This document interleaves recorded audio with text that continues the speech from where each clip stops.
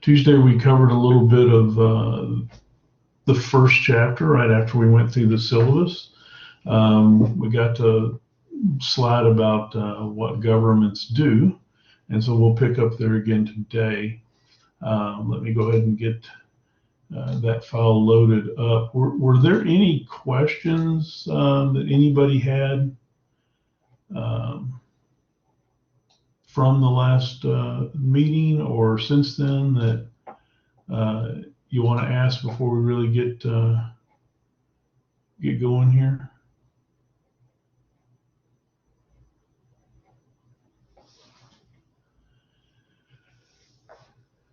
So last time we were talking about the 5 things that governments all do, and we talked a little bit of, about national defense, and a little bit about public goods.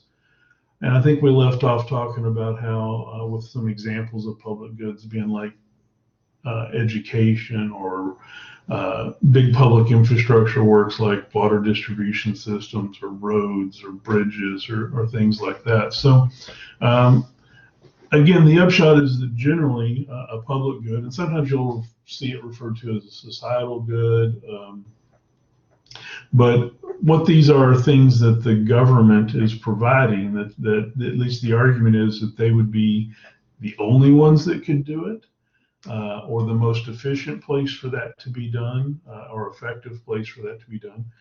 It doesn't necessarily mean that private entities couldn't do it, but that there's an argument to be made that it's a natural and appropriate fit for governments to be providing that for their citizens. I think another justification that would come in underneath that would be something that it's something every citizen should receive or should have or should experience. And if it's something that belongs to all the citizens of Texas or that they should all have access to, then that's another good argument that maybe the government should be doing it instead of private enterprise. And you'll see that quite often as an argument for an issue like healthcare, and then that's obviously a very hot button issue right now in the states and in the federal level about, is healthcare a private product that we purchase and insurance is part of that, or should the government be playing a part in that? And if they should, how big? And we've got arguments ranging the whole economic and political spectrum that says, this is all private enterprise and this is all public good and everywhere in between. And so it depends a lot on what the expectations are of what government will provide or should provide, and where the political majority is on a question like that at the time. So it's not easy to just say that's a public good, and point right at something and know that that's always the case. But we can discuss our way around issues to find out if they make sense for them to be in that discussion. The third issue or the third topic that governments are generally involved in, and this one is I think a fairly universal expectation, and that's the expectation that government maintains public order. And this is kind of an inverse of the first one, where you had a defense that is outward looking and protecting citizens from attacks from the outside. This is providing security and support and help for the citizens in society from themselves and from their neighbors, trying to make sure that society as a whole is working efficiently and safely and effectively. And so when we talk about maintaining public order, we're mostly focused on criminal justice system. And in Texas, that's a huge part of government, The Texas state government is very much a large part of what is provided from the state government. So we have, obviously police forces and courts, and then prisons and jail systems,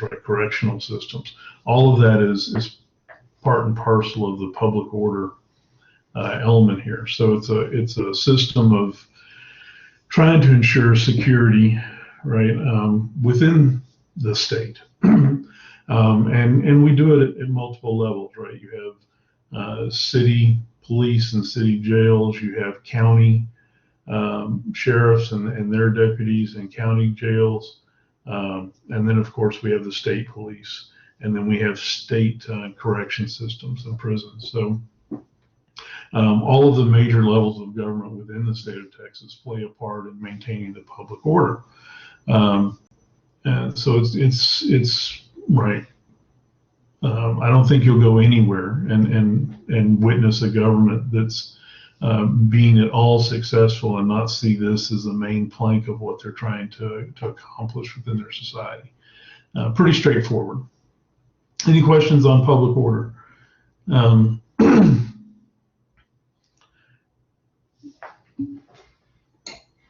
We will do a whole chapter on this later.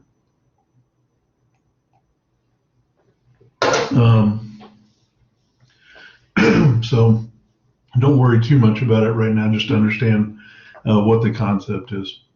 The next one, though, the next topic here is political culture, and this one is one, I think, a very interesting thing, and two, it's a little nebulous sometimes. All governments have an interest in ensuring that their citizens have a good understanding of what the government is for, what the government is doing, what its place is, what the citizens' place is, both in society and in supporting the government and working with it.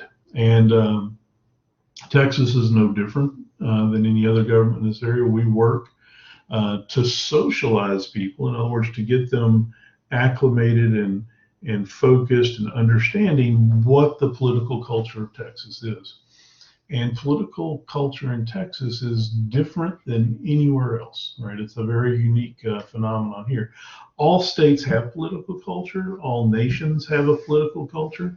And all of these governments are working to try to make sure that their citizens fit in and understand that. So we'll talk about it in two places here, from a U.S. perspective and a Texas perspective, because they're both important.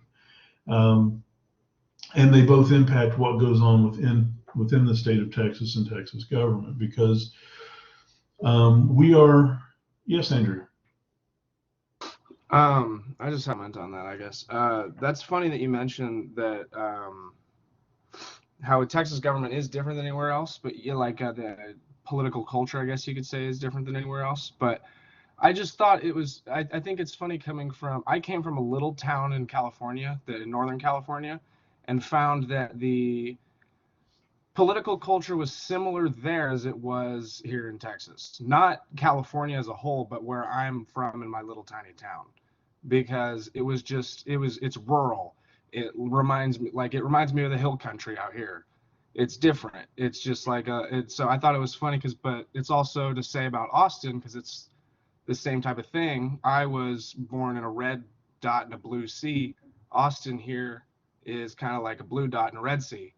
So it's kind of interesting that you mentioned that. And you might have a neighbor over there in Brandon, right? Yeah, Brandon. What part of Northern California? So yeah, I'm from the Bay Area. I actually moved here a few months ago.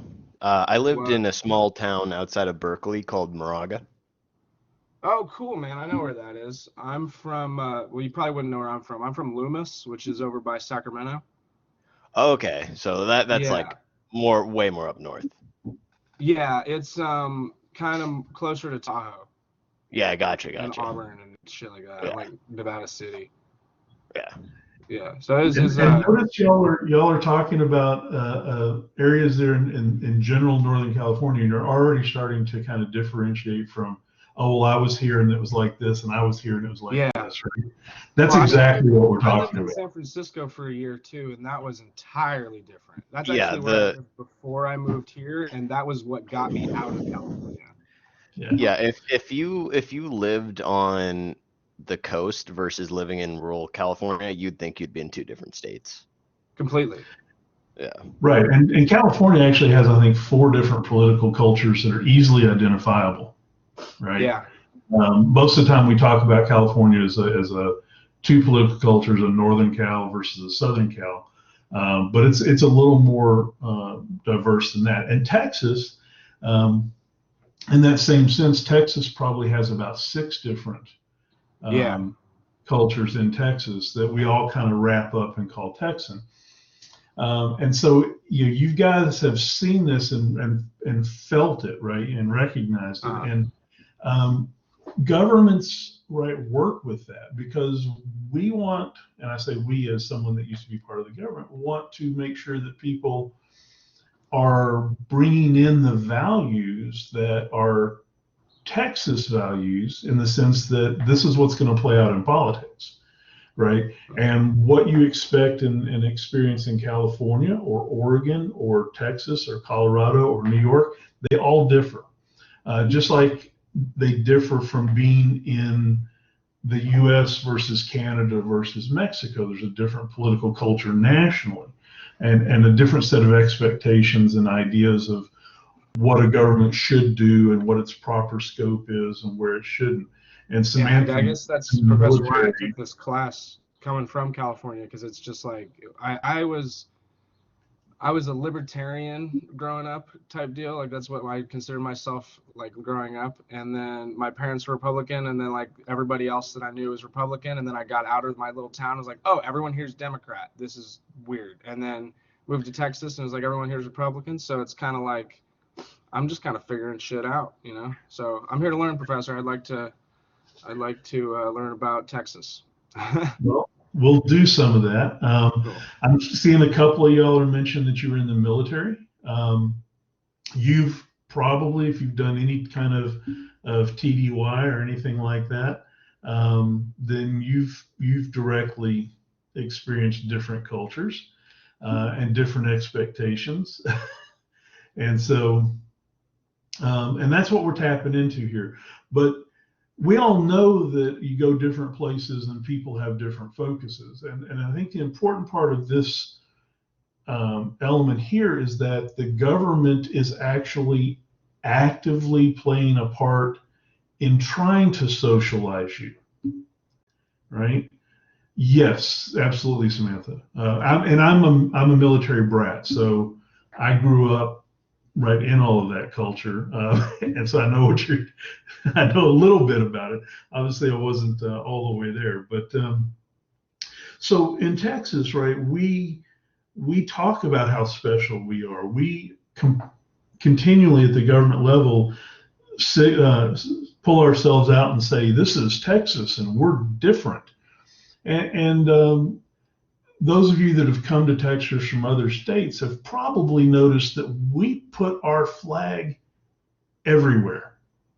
And those, some states, California does it a little bit, but most states aren't that big about flying their state flag. You'll see it at state government buildings, maybe at schools, but you're not going to see it on flagpoles in front of people's houses in subdivisions, right? But you will in Texas. And part of that is because we as a state emphasize what it is to be a Texan, quite often in front of or even in a replacement of being an American, right? And so, and there's reasons for that, right? We've got this, Elijah, it's not a myth. It's actually was written into the question Elijah asked, is it a myth that we can fly the Texas flag the same height as the U.S. flag? It's not a myth. It was written into the treaty when Texas, as a nation, right, gave up its status as a nation and joined, right, the United States. And part of the treaty between the two nations at the time was that our flag could be, not had to be, but could be flown at the same level. It's also appropriate to fly the U.S. flag over the Texas flag. There's no problems with that. There's nothing out of sync with that. And so you will see, right, the U.S. flag sometimes flown at the same level. Iris, you have a question? Oh no, Iris left. Bye, Iris. Um, so, and there will be some other things that will pop up. We'll talk about the ability to secede. Texans tend to believe, right, that that's something we can do because we're Texas. When we talk about the results of the Civil War and the conditions for coming back in, we'll know that that's not true anymore. So the socialization thing, kind of just to get back on the slide, and I appreciate all of the interest in the discussion, because that gets people thinking and engaged. That's all good stuff. You're taking this class, right, because it's required in Texas at the college level to take a class in Texas government. That's required by the Texas state legislature. That's state law. And that's, right, a really clear indication of the Texas government trying to influence political culture and socialize people into this Texas perspective of how our government does things. Most other states don't do things like that, right? Texas has its own pledge of allegiance, right? If you grew up as a child in Texas and went to elementary school, middle school, high school in Texas, you said the Texas pledge and you said the United States Pledge of Allegiance, right? That's probably a little different than what most of the people from outside of Texas experience. And all of that is to, one, try to hold Texas up as special. One, we have a history that's unique to Texas, right? No other state can really lay a strong claim to be in their own nation, right? Independent of the United States, right? We fought our own revolution, right? Did you forget that, Scott? I mean, we do that, right? So there's a lot to this history that feeds into a culture that is then part of the politics of the state of Texas. And the myth that Texas is full of cowboys, right? That we're all carrying our guns everywhere we go, that we're all in jacked up pickups. All of that plays a part as to what a Texan is, or how we identify, or how other people identify us. And we have to recognize that, because it's going to influence public policy. It's going to influence how government works. It's going to influence the expectations of government. It's going to even influence more the expectations of what government shouldn't do, right? And so, right, all of that's important that we understand it. And so we'll do a little bit of a chapter on political culture. As you're reading the text, right, the history of Texas feeds into all of that. So it's very important for us to understand where we come from and what that brings with it, right? And so governments always do this. The U.S. government does it. Other states' governments do it to a certain extent. Generally, it's a more generic form of what it means to be in a state in the U.S. and what it means to be a citizen of the U.S. Texas is one of the ones that probably spends more time talking about being a Texan. That being said, I think somebody earlier mentioned the outline of the state. Andrew, you did that. The outline of the state of Texas has been put out there so often that it's easily recognizable, and it's recognizable in a lot of the world, right? We've got surveys where people in other countries, right, Europe and are taking geography quizzes and stuff, and Texas they can identify. It might be the only state, sometimes Florida, but Texas is the state they can identify because of the outline, and because Texas as a culture is prominently shown places. And so Gregory's telling us Afghanistan, right? I mean, think about that, right?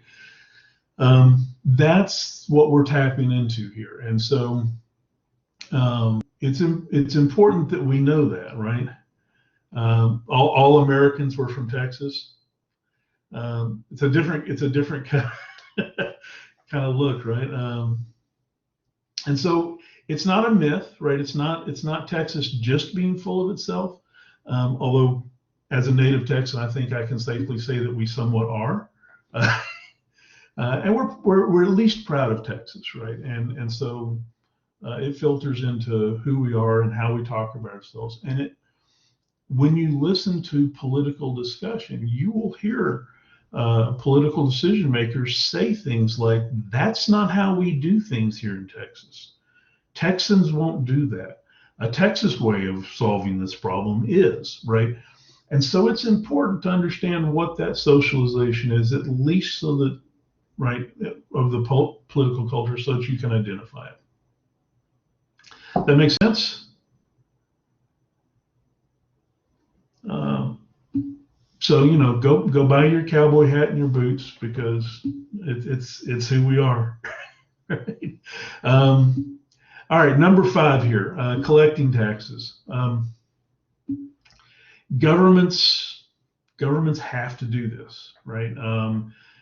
We know, U.S. citizens know, that if you don't collect, thank you, Samantha, nice cat, right? If you don't collect taxes, your government doesn't work, right?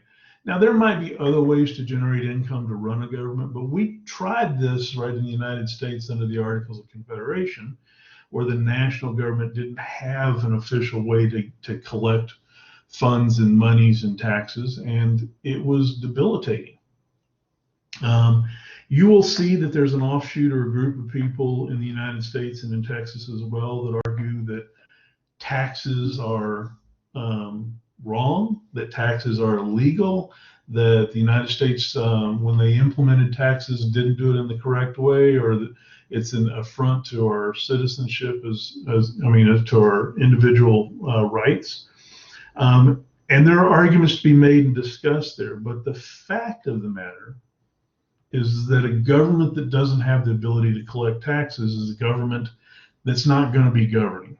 They're not going to be getting anything done. They're not going to be able to provide a national defense or public goods or public order, right? Or socialize. None of these other things are going to be possible. So all governments have to have some way to bring in revenue to be able to deliver what's expected of them. We can argue over how we do it and how much of it we do, but it's something that all governments have to be, right, playing a part in. I think that one's pretty straightforward.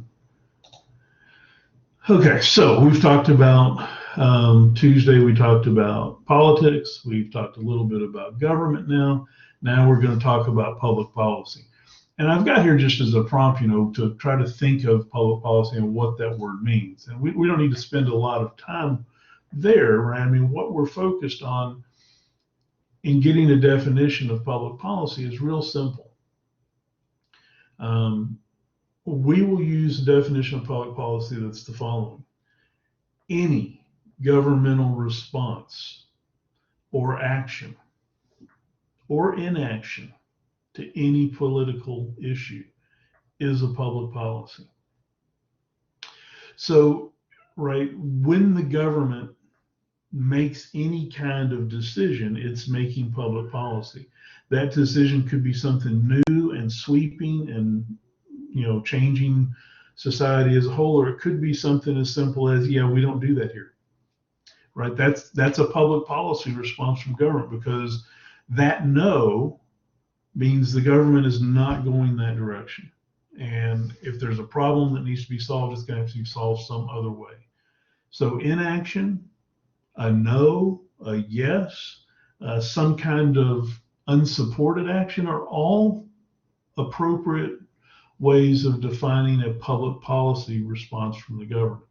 Quite often you will see the government, right, the state government will take up an issue and discuss it and debate it, and then not do anything.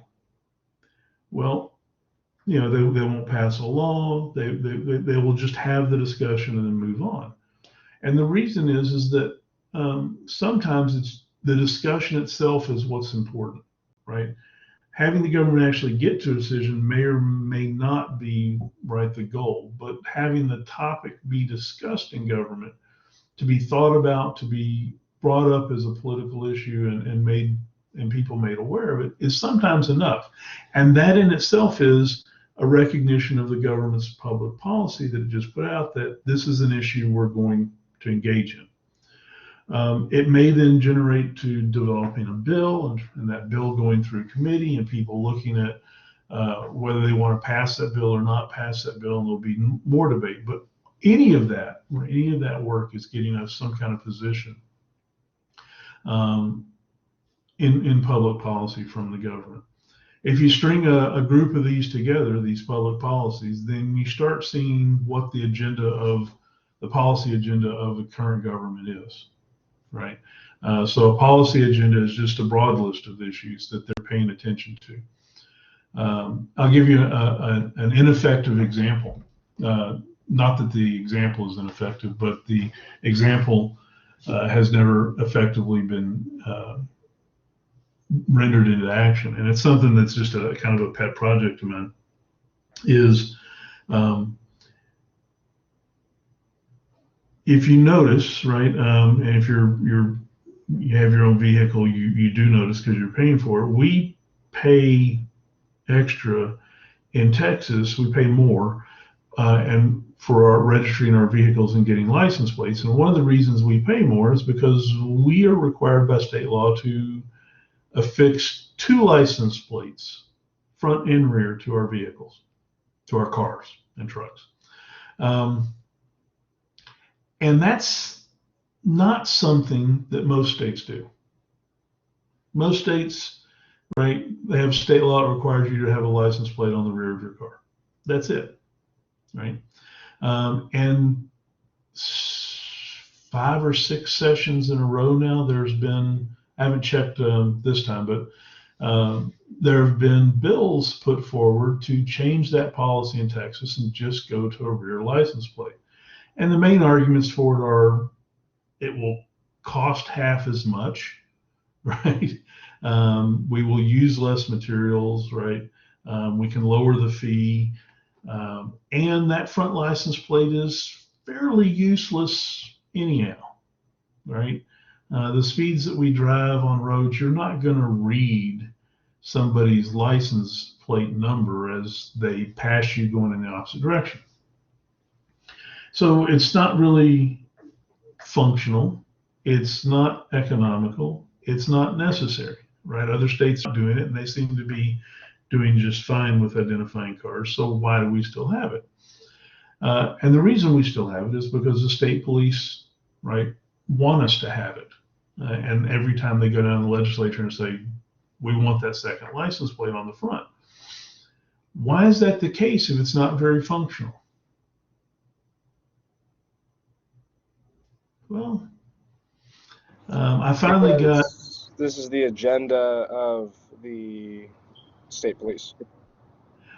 Right, and why it is, and why would it be? Why would the state police be interested in keeping that? I figured it's probably because they've always done it that way, and it's Say again? for them. What was that? I didn't hear you, Andrew. I'm sorry. Oh, sorry. I said because I figured because it's how they've always done it, and it's worked for them. Why, if it's not broke, don't fix it. There is definitely an element of that. Police officers tend to be, first off, conservative individuals, and so change is something that they don't do easily. I finally, and I'll just say, I worked for about a decade for the Texas Commission on Law Enforcement. And my job was education of law enforcement officers, training of law enforcement officers, licensing, right, and legislation. And so I've worked with a lot of cops. I've never been one myself, but I worked with a lot of them. And I was talking to a state trooper, and I said, we brought this up because this bill always gets filed and it always fails. Right? The government never, the state government will have hearings on it and then will never pass it out of committee. And I asked him, I said, why are you guys, this was a state police liaison down there, why are you guys, right, on this? And that's not a bad idea there, Gregory, that it might be because of toll roads, but it was prior to that, right? But it's kind of the same idea. What the state police officer said is that license plate on the front of the car gives us the perfect reflective surface to hit you with a radar gun. I'm like, oh, okay, now I get it, right? So just like it gives you a nice, right, identification to take a picture as you go through the toll booth, right? For them, right, it was a target, right? If they're coming down the interstate or the other side of the highway, they can hit that license plate. They can hit a nice flat square metal thing and get a return on it, and that's why they like it. It has nothing to do with really being to identify the car, right? I mean, they could just as easily say we want all cars to have a metal front end, a flat, 90-degree front end that we can bounce a radar off of, and they'd be happy.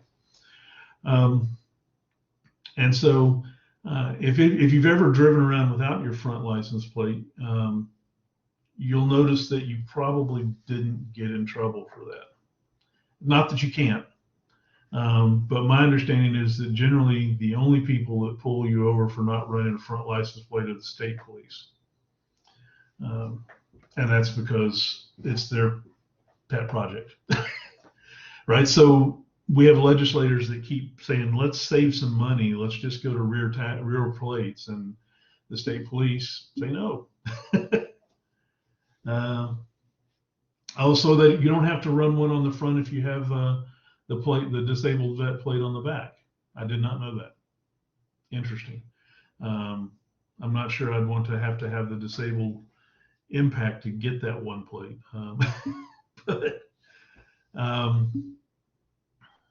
anyway, so I imagine you probably still paid for two. Was the price different, or was it free? Or sometimes on the ones that are plates that are that way, they might be free.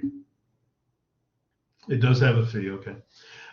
So anyway, right, the point is that you can have public policy being put out there and discussed and debated that really has no chance of becoming law, right? The legislature, right, looks at this issue, individual legislators want to talk about it, their constituents want it, so they bring the bill up and they have the discussion, but it's not of enough importance that they want to go against the state police and their perspective of keeping it. And so they keep it, right? And that'll be true of several things as we go through. We'll identify policies here and there that work the same kind of way. So to kind of wrap all of this up, we're starting to talk about pieces and parts of this whole system that link together who we are as constituents and voters, and who our representatives are that are working in government to try to bring our conversation to government, to other players in that, right, political parties and interest groups like the state police organizations. So we've got this political system that's made up of institutions, right? Voters, the media, legislature, the governor, right? The bureaucracy. And then we've got activities that we participate in, voting, talking to our Congress people, protesting, right? All of these things are ways that us as citizens and our government, right, interact. They tie us together.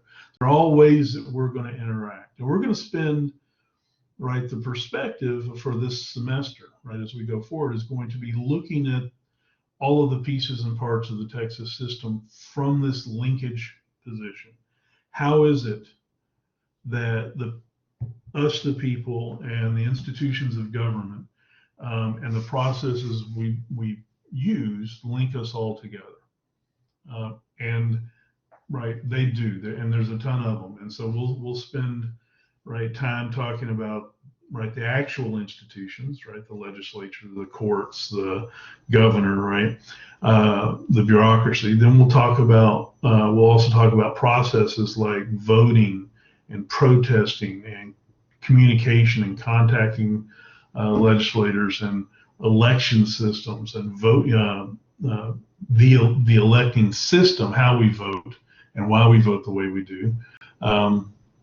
We'll talk about the media as a linkage institution, as a communications channel from us to the government and vice versa. We'll talk about polling as an institution. So all of these are little things that tie us together into a system, right, the political system. So that's how we're going to spend the semester, is working through those, and hopefully getting you, right, some kind of idea about what these institutions are, right? And here's a few of them, right? The political parties, linking people to actual offices in government, and electors, right, through the elections, right? The political parties give us that information.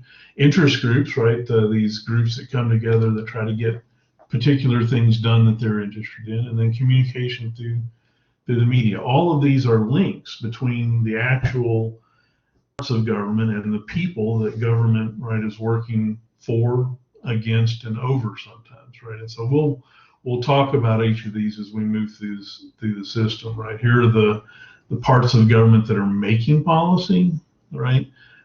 Through either discussion, debate, passing law, interpreting law, applying law, right? And so we'll work through these. Each of these has either their own chapter or their own presentation. So we're kind of just laying out the roadmap here of the parts and pieces we're going to talk about. And now we'll come to a large screeching halt for the next 45 minutes or so and talk about democracy. Biggest concept, biggest definition, most loosely used word in a lot of our discussions about government is democracy. Most of us, Brett, have never really thought about this word and what it means and how we use it, but we're going to spend a good bit of time on it, because if you really start to get this idea in your head, you'll know what it means to be a citizen of the United States and of Texas, and have some expectations of your obligations and your liberties and your rights. So let's do our politics kind of approach to this word. Demos, krasi, people. Demos meaning people, krasi meaning rule. The word itself means that the people rule themselves, rule by the people, over the people. That's what democracy means. And in a real sense, we in the United States and we in Texas do not live in a democracy by this definition, right? We, the people, do not rule ourselves, right? Yeah, yes, Samantha, exactly. We're a republic. We're one step removed from that. So the practical definition, when we use the word democracy, that we need to understand is that it's a democratic republic.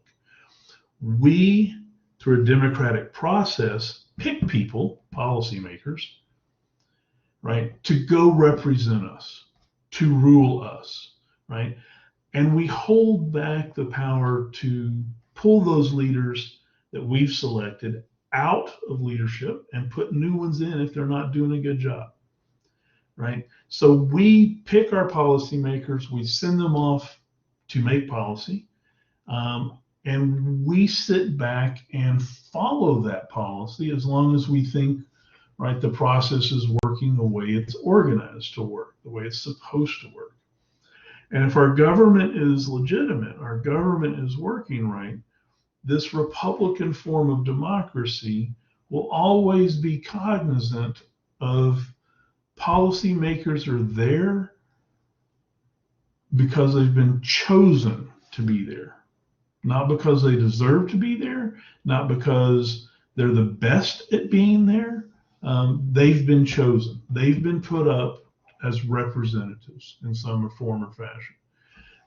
And so it's important for us to understand that, because it tells us what our obligations as citizens then are, right? We need to be paying attention when we pick people to represent us, to pick people that actually have our values, that actually will take those values to government. So our democracy is a democracy once removed, right? It is a republic. And the stronger we keep that connection, that linkage, right, that exists between us, the voter and citizen, and the policymakers that we pick, the better our Republican democracy will work.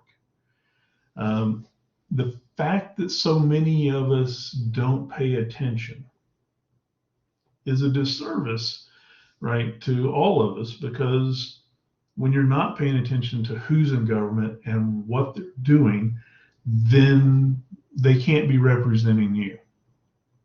And at that point, right, where we're self-selecting ourselves out of that attention to government, we're letting government do what government wants, or what people that we have selected, what they want, right, and not what we, right, want them to do.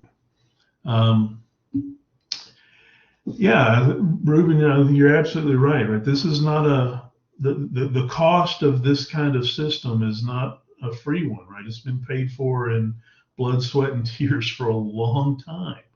And anytime we as voters, we as citizens don't engage, we're wasting that sacrifice, right? Now, the other side of it is right now at the national level, we're certainly seeing a lot of hyper-partisan engagement, and that's not good either, as we've witnessed, right, in the last couple of weeks, right? When any group of people feels that they've been marginalized outside of the ability to be represented in government, and whether that's from a conservative perspective, a liberal perspective, a perspective based on race or age or gender or orientation, right? Anybody that gets left out of being able to effectively get their voice represented, right, is being done a disservice in a system that's supposed to be a working version of democracy, right? And a system that we've paid, as Ruben points out, a pretty high price for, right? So the first thing we need to know is, or that we need to pay attention to, is that all people need to have a working path to be involved in getting their voice in government. Anybody that's left out, it's not so much a good Republican democracy anymore, right? So we've got to pay attention to who citizens are and make sure that those citizens have their ability to effectively participate. Conversely, if you are a citizen, you have an obligation to participate, right? And we'll talk about types of participation later. There are probably, a good 9 or 10 different ways to participate. Some that require a lot of effort, some that require very little. But you need to be aware of it, and that it can make a difference. So for us, when we say democracy, what we really mean is a democratic republic, right? And so when I say democracy, right, know that the original Greek interpretation was this rule by the people, and know that we use that word today to mean, right, a Republican version of it, right, where we pick policymakers to do the work and to vote for us so that we don't have to, right? Well, we've got probably, 34 million people in Texas. Could you imagine a government where we tried to let everybody participate in every part of government? Just not going to fly, right? You can't even do that in a classroom. So, right. So a Republican form of government is really kind of the only functional way that we know of to go forward. Now, I will tell you that there have been several studies and several books written on the fact that we've got a tool like the internet, right, that lets us all be interactive and participating as we choose, and that using that has been offered up several times as a way to make government more democratic. I actually have read a book that talked about what was called electronic democracy. It was making the argument that all people vote on all policy, right, and they do it right through their phones or whatever, because we can do that now. It's that pervasive. And on a theoretical level, as far as hey, get people involved and make them be responsible and be a part of the system, that's great. As a process of actually trying to make it happen physically, right, and make sure that it's secure and that the people that are, right, are actually delivering their perspective and it's not being hijacked somewhere, completely different set of problems that we haven't overcome. As we just saw in this last presidential election, right? I mean, we had a big to do about ballots and absentee ballots and what's the appropriate word for COVID ballots, I guess, right? Ballots that weren't necessarily absentee, but were being allowed to be. And we're talking about fighting over paper ballots, which we've used for generations, right? So Elijah, you're bringing up here that a major issue is that some people don't get the opportunity, and that it's for some people it's very difficult, and it's absolutely true, and it's something that a Republican form of government can consider, right? But if we're trying to do that electronic version that I was bringing up, this is a huge issue, right? And so you're definitely onto that. Yes, and there's the registration and the fact that we do it 50 different ways, and just to get registered as a voter. And then think if that registration was going to be electronic and how we would verify that. And then with every vote, you've got to verify that, right? So there's all kinds of difficult things, right? We've had in Texas a very bumpy experience rolling out voter ID, right? Which is trying to get a state issued ID in every citizen's hands so that they can use that to verify that they're eligible to vote in Texas. A lot of challenges there. We've not done a good job at it. We've had a lot of accusations, and some of them are very much appropriate accusations about marginalizing communities of people and in a sense suppressing their ability to vote because of the way we've tried to roll out voter ID. And so it's tough, right? We didn't do a good job of it. We didn't, if you just ask the question, should somebody have to prove they are who they are, right, and that they are eligible to vote before they're allowed to vote, it's pretty much a non-controversial question, right? People know that, yes, we should only let citizens vote, right, in elections, state elections or national elections, right? That's the right and of being a citizen, right? If you're here but you're not a citizen, then you might get some benefits, but you shouldn't be able to determine, right, the direction of government. That should be to the citizens of the state or the citizens of the country. And so the idea behind having some kind of secure identification that proves who you are so that you can vote, very few people actually have an issue with the idea.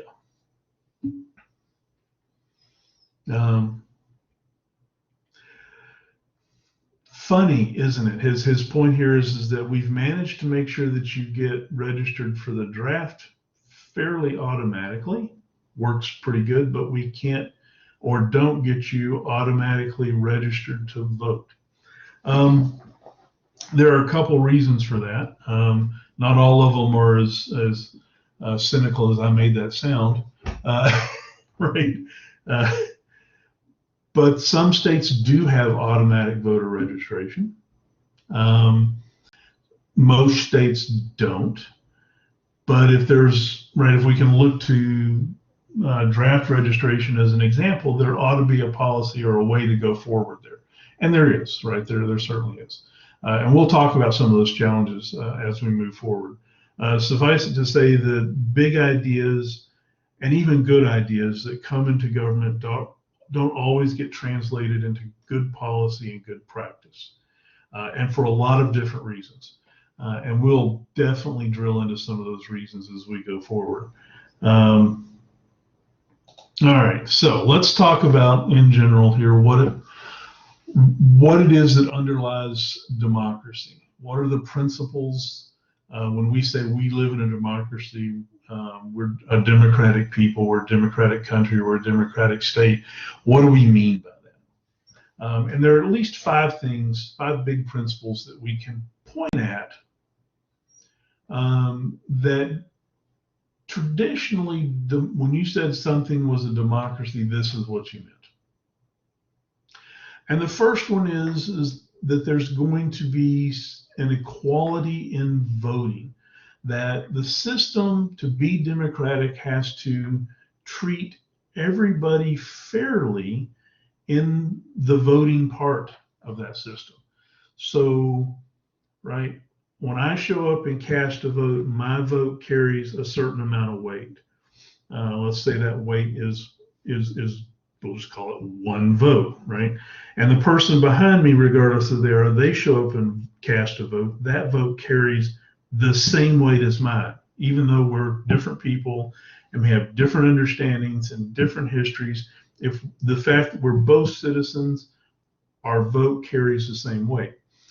And it seems kind of rudimentary to talk about it that way, but of course, it doesn't have to be that way, right?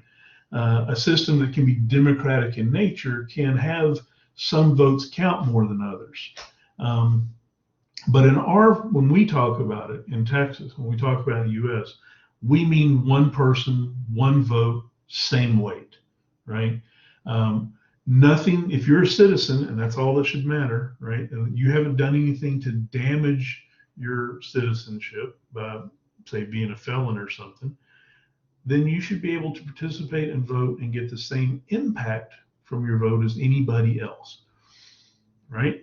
I got a president, right? I've got a governor, right? I got a state representative all voting in front of me during an election. And at the end of the day, even though they're more engaged in the political system, may have a better understanding, that counts the same as mine. And that equality in voting underlies so much of our political system, right? We just assume it, right? We don't ever actually challenge it. We've brought that into our political culture so much that we don't even question it. So, how many of you think, right, as citizens, your vote should count the same as, say you're voting in Texas, and let's say we pulled a selection of you from across the state out and said, we're going to let you vote on policy, on a bill in the legislature. It's going to be a citizen's adjunct, right? So the legislature, right, the House and the Senate are going to vote. You're going to vote too. Should your vote as a citizen, if we allow that, count the same as those other folks' votes that are in the Senate and the House? When we ask people those kinds of things, we get different answers. Some of them will say, well, yeah, right, I'm just as capable of understanding and participating as anybody else that's been elected as a representative. I've been picked into this area. I can do this. I can vote. My vote should count the same. And then other people will say, well, maybe, it shouldn't, in the sense that this is not my job. I wasn't elected to represent anybody. I'm not a representative. I'm not a senator. Maybe this group's vote ought to be, right, used as extra perspective, but it shouldn't count as a vote.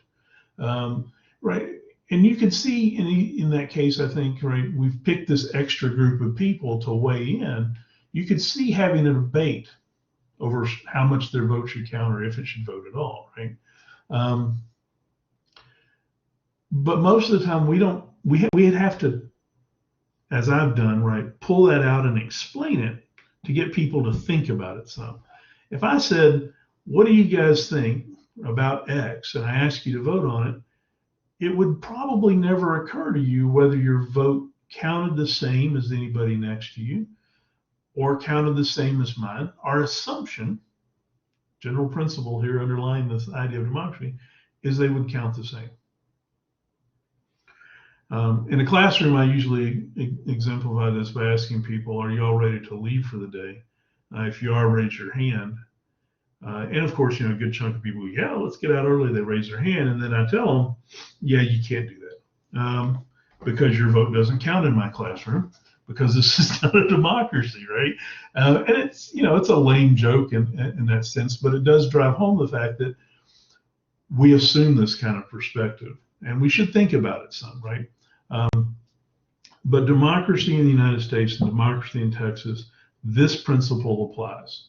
Right, when we're looking at our government, we expect those votes to matter, right? And so we need to keep that in the back of our mind. Any questions about this equality in voting? It's pretty simple. I know I spent a lot of time on it, but I think it's something we need to bring to the fore, right? To the forefront to make you think about it, right? Okay, yeah, we've had Gregory saying here that he believes all votes should matter, which I think by that you're saying they should all be counted, and he identifies immigrants, which I mean by that I would mean not citizens yet, or citizens that have a felon status should be able to vote as well. And there's a good argument to be made there. There's a good argument made against it as well, right? Which is interesting. So, but does a person, because they're not a citizen, or a person because they've done something wrong, lose value in their personhood or in their perspective? And that's kind of the underlying idea, I think, from where Gregory's coming from. You're still a person. You're still here. The system is still going to impact you. If we're calling ourselves some kind of democracy, shouldn't you have a say? The other side is, well, we built this system for citizens, and we guarantee things for citizens. And a lot of the rights that we give to you are rights we give to you while you are an upstanding and good citizen. And some of those can be forfeited for bad action, right? So yeah, I mean, so you're Gregory, you're bringing out that felons, you've already paid the price. There are some arguments to be made, and in some states, it's even allowed for felons to vote while they're still in prison, right? So there's still good arguments for the integrity of a person and being able to let them voice their opinions, regardless of what other bad actions may have been there. I'm not going to be able to talk to all of these over here, but pay attention to your chat window, folks. We got some good stuff coming in here. So Elijah, you're asking about the Texas Senate, right? Does it operate the same way as the U.S., where votes end up coming? You guys are going faster than I can keep up. Where votes end up counting more than those in the larger states. So in Texas, and we'll get into this when we get to the legislature, right? We have 31 senatorial districts, and we elect a Texas senator from each one of those districts. And so they're going to be representing large chunks of Texas. They don't represent the whole state, right? They each have their own geographical district that they represent. You're asking there at the end about counting, more votes counting, end up counting more than those in larger states. And I think what you're talking about there is the way that having 2 senators from every state gets a little bit of an unequal representation based on population. And that kind of can happen in Texas. In the sense that, right, we draw our senatorial districts based on the census every 10 years. And so as people move around, a senator could be representing more people from one senatorial district than another one is. It's a lot smaller than happens right between states, so it's not as big an issue. Also because, right, the Texas Senate is very small, right? It's only 31 folks, and then the lieutenant governor. So they have a lot more far-ranging discussions and ability. I don't think quite as few people end up getting marginalized through the focus on senatorial districts within the state as they do at the national level, where you're looking at state geographical size, right? So we're seeing some comments here about felons and punishment and voting, and all of this is exactly kind of discussions we've had about why we do what we do. Some states like Texas are a little harsher on felons, right? Texas is very much a political culture that believes that individuals are acutely responsible for their actions and should be right, held responsible, and the state does that. Other states have a little different perspective. So yeah, okay. So we got immigrants being able to vote. So if I guess we need to talk about the difference between legal immigrants, illegal immigrants, and citizens, right? And what that entails, right? Obviously, right, illegal immigrants, the argument's going to be they're not supposed to be here at all. They're breaking a law to be here. Why should we, right, let them have a say in what the system does? Legal immigrants are here under some legal program that lets them come in. Most of the time, those are limited in the time that you can have them. There are some permanent residency that you can get that doesn't apply to citizenship. But the next step up, of course, is to become a citizen. And most of our immigrants that move here and get settled have the opportunity to step up and become a citizen. And I think the importance there is, and we're using this, that this is a federal discussion, really, right? It's not a Texas, there's not a citizenship in Texas, right? In Texas, if you are a resident in Texas, you're going to get the benefits of most of it. You're going to have to be a U.S. citizen to vote, so we can still talk about it there.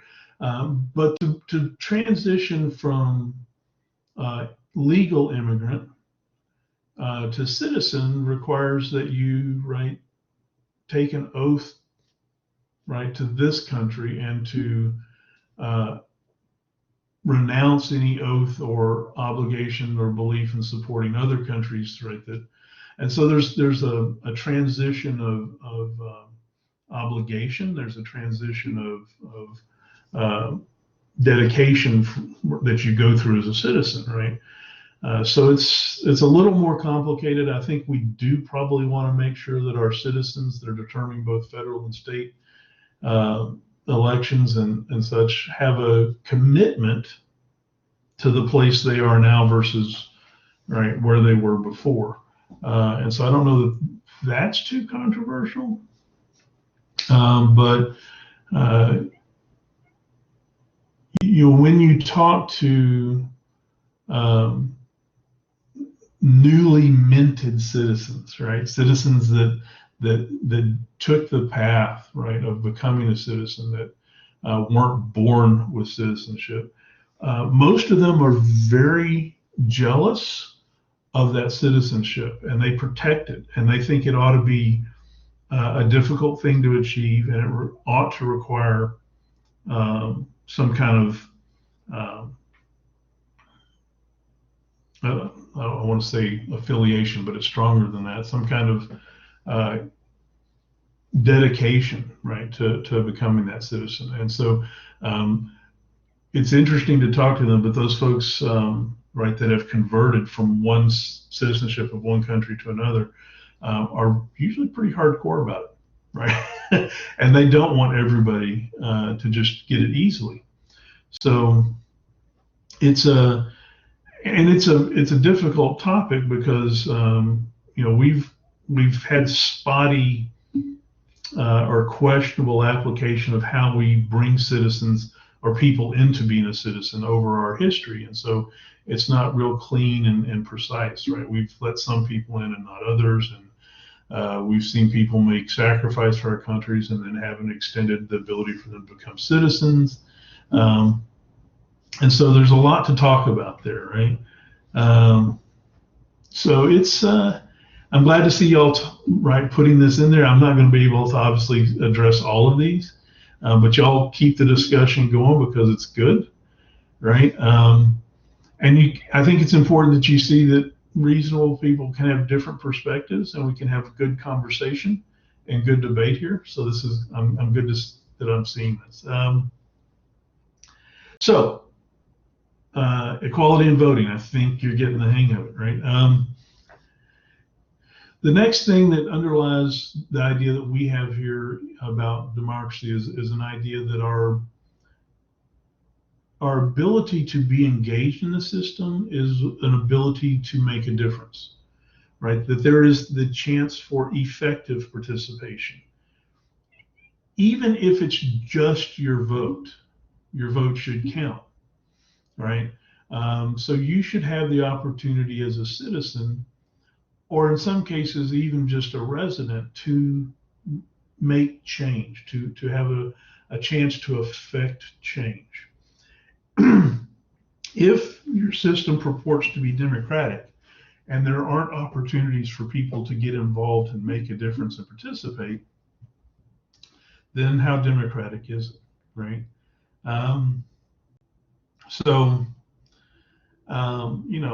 Effective participation is something you have to evaluate as you're looking at it. But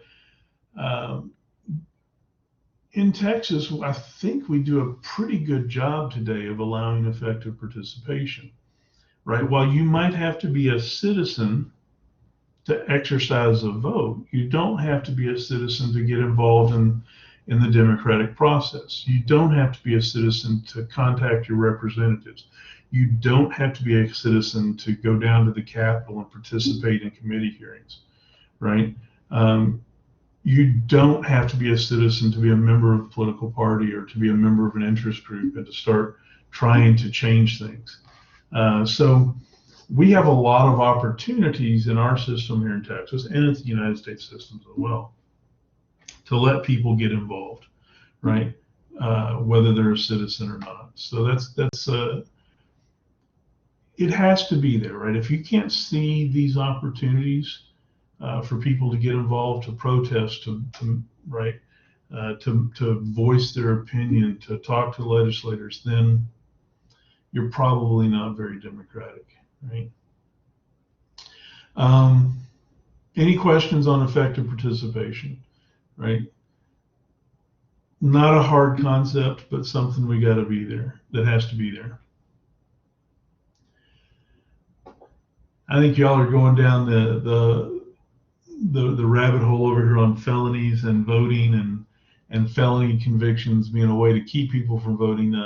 I say it's a rabbit hole because it leads to a lot of discussion.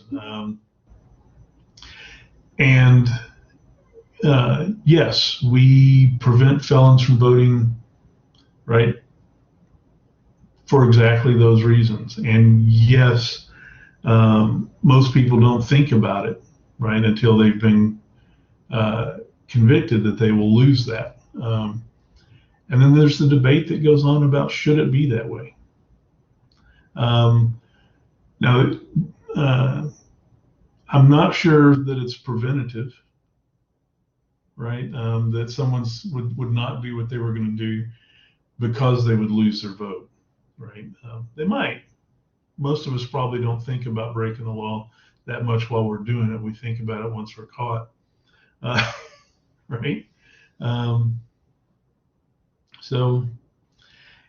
I think what you're seeing here is different perspectives on responsibility. Uh-oh.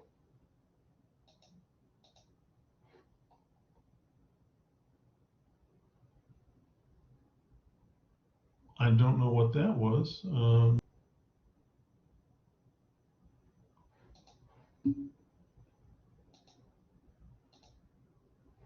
All right, I'm gonna get back onto the slide here. I'm glad to see y'all are having a good discussion, and it's a very principled and one discussion and one that's respectful. Irish, you're asking if you're going to have to define them. The first test are multiple choice. So you're not going to be actually having to pull them right out of your head. They're going to be there as options if there's a question on them. But it would certainly be a possibility that you'd be asked to pull them out of your head on the essay exam, that is the makeup or replacement exam at the end of a semester, right? Anytime, just as an aside, test making 101. As someone that makes a test, anytime I have a list, 5 general principles of democratic theory, that's a perfect place to write a test question, right? Because it's a list and there's stuff just laid right out there. And you can write it in a multiple choice fashion where you're identifying one of these five or identifying a group that makes this, or you could do it in an essay question where you say, list, define, and discuss the 5 general principles of traditional democratic theory. So you're right, they do go hand in hand, and they are very appropriate for a test question. And so, yeah, anytime you're seeing something that's listed like this, you can be pretty sure that that's really good grist for a test question. So good point, Iris, and pay attention, right? So number 3 here, enlightened understanding. I didn't say that, Ruben. But it wouldn't be a bad idea to think that. Enlightened understanding. We have to, if we're going to be a democracy that lets people cast a vote and that vote is going to carry weight, we have to let people have free speech, the ability to debate and discuss and to do what you guys are doing here on felons and voting, right? That's exactly it. We have to let people work through, right, the implications of their thoughts and their ideas about policy and how that might work, right? I saw a little bit of y'all discussing the difference between felons off of nonviolent drug offenses and felons off of sexual offenses, and should we treat them different? What that debate is doing there, not to get into the debate, but what that debate is an effective exercise of free speech where you're seeing different understandings, and people might be thinking, oh, I hadn't thought about it that way, or I definitely have thought about it that way, and that's why I think, right, what I think. A society that doesn't allow that, right, a society that censors on, right, a knee-jerk reaction, a society that doesn't have the resiliency to allow people to verbally disagree or in a written ability disagree, is not doing itself any favors, right? This idea of free speech, especially as we talk about it in the United States and Texas, is pointed at a government, right? Free speech is a guarantee that we can criticize our government. If you can't do that, how do you decide to vote for somebody different? How does somebody decide to run for office from a different perspective, right? So our government has to stay out of the way of us debating whether it's doing a good job or not, or whether it's working the way we want it to work or not, and how we want to change it. And that's what enlightened understanding is about, is having that arena where we can have that debate, we can have that discussion, we can have that argument. Now, right, there has to be limits on it at some point. It can't be just a completely wide open free speech arena, because, right, it can become harmful, right? And this is where we get into an interesting discussion, possibly, because some people, right, are still of the old nursery rhyme adage that, you know, sticks and stones may break my bones, but words will never hurt me. But we also know that words do hurt people, right? If you're marginalized in our society, right, words are used most of the time to do that marginalizing. Words are used to put policy into place and law into place that carves people out of the process, that doesn't let them have a place to discuss and be who they are. So, right, when we do that, when we take them out of the discussion, we're really damaging democracy in a big way. And that goes back to that discussion on whether felons vote or not.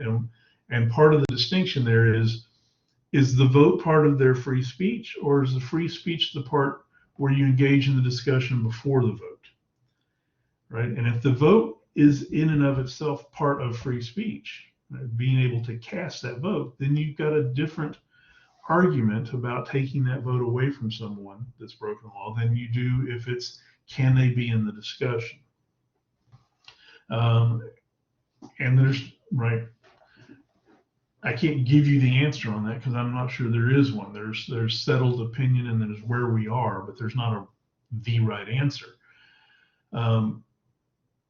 That's part of being enlightened as well, is understanding that most of the time on our decisions, whether they're constitutionally oriented in the state, whether they're legislatively oriented, or they're just common understandings of the people, is that they are understandings of where we are today, right? As much as people like to try to latch onto something and make it solid and everlasting and a foundation or a cornerstone of what they believe, words mean things, but those meanings change. Beliefs mean things, but beliefs change. So the understanding that we have of our democracy and how our government works and how we as citizens play a part of it means different things to different people, and it will change.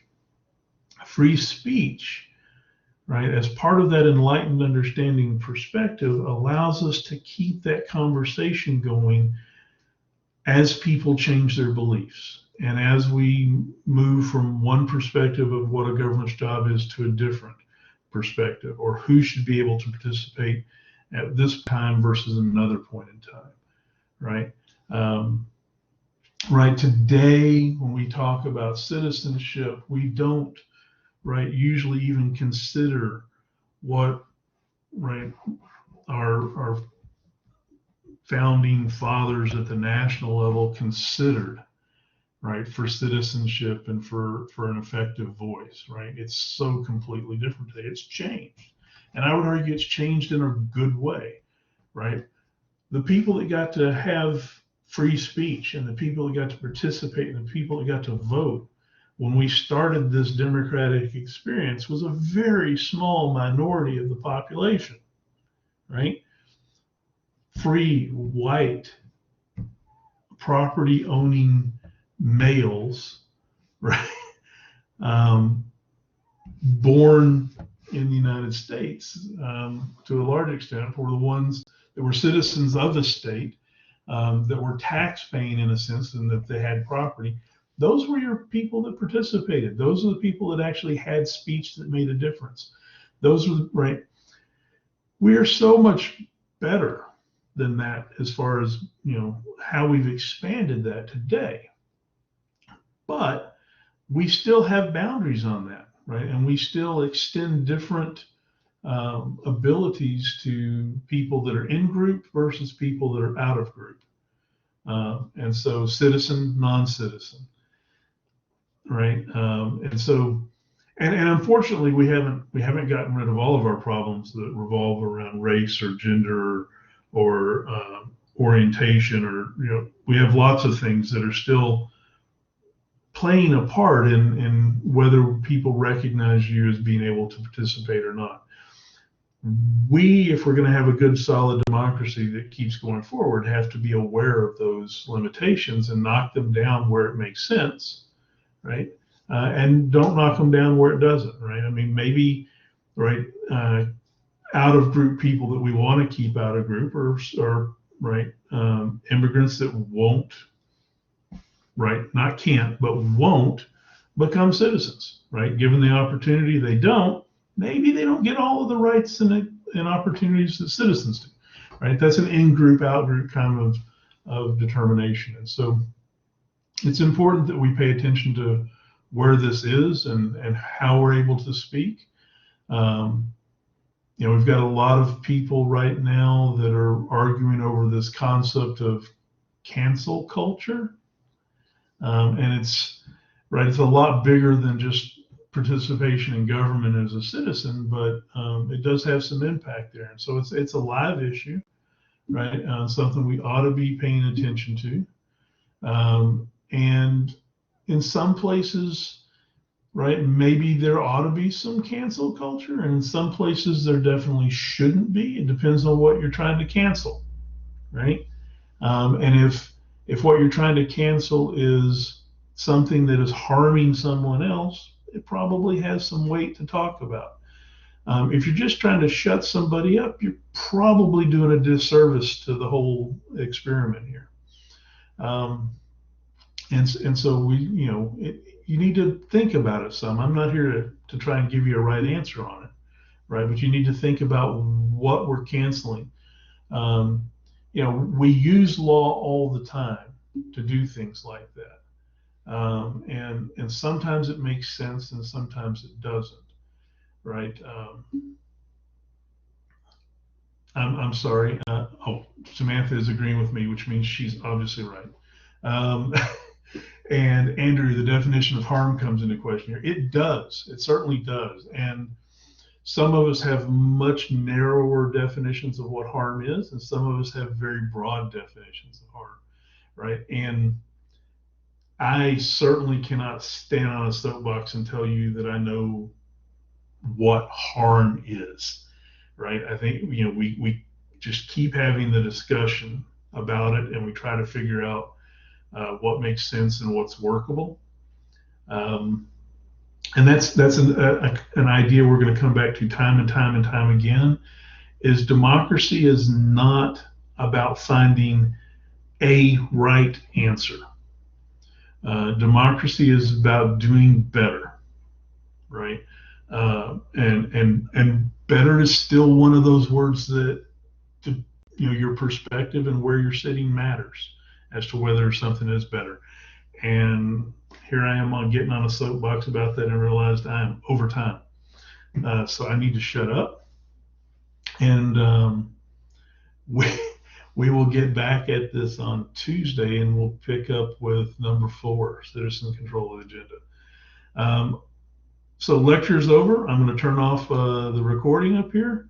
And if anybody's wants